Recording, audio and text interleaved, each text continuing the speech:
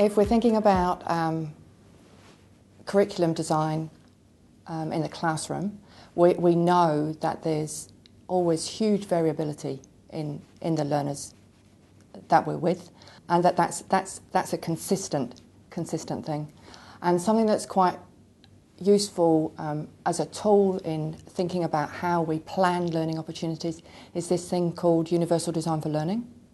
So it's a framework for looking at how we plan our goals, our teaching methods, the resources and materials that we use, and also kind of the way we design assessments and evaluations. And it's based around three principles. We know quite a lot more now about how the brain works, and so we know we need to provide lots of options for the way we present material to students. We can't just present, a singular text document, which we often see in homework situations. Kids get the homework sheet and we wonder why the kids are not engaged.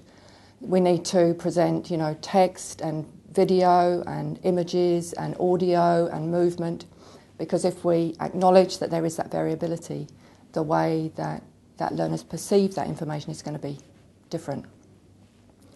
A second area is around, again, if we acknowledge the variability, the way we express what we know is going to be different.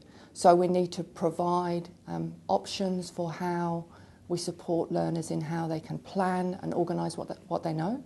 And then the third area really is around engagement. So each of us is motivated by really different things. The kind of what's in it for me is always a big thing. And so we need to really think about what we're putting in place to engage learners, because what motivates one student is not going to motivate another.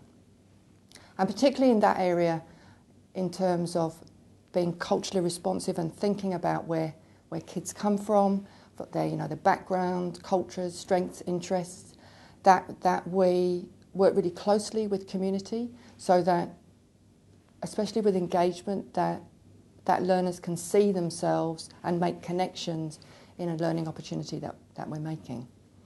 And so Universal Design for Learning is kind of based on those three principles, and there's a fantastic set of really simple guidelines. It's not a big checklist, but it's just kind of like, it's literally one page of A4 kind of prompt as you're going into planning a learning opportunity. What is it that I need to think of that considers all these learners from the outset?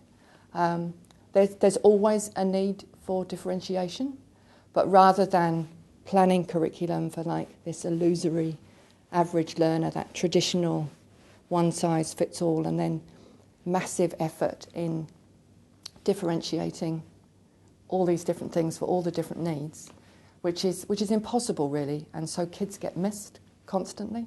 That if we can actually kind of raise the bar and kind of universally design learning opportunities that are going to work for more people from the outset, then there's less time doing the retrofit.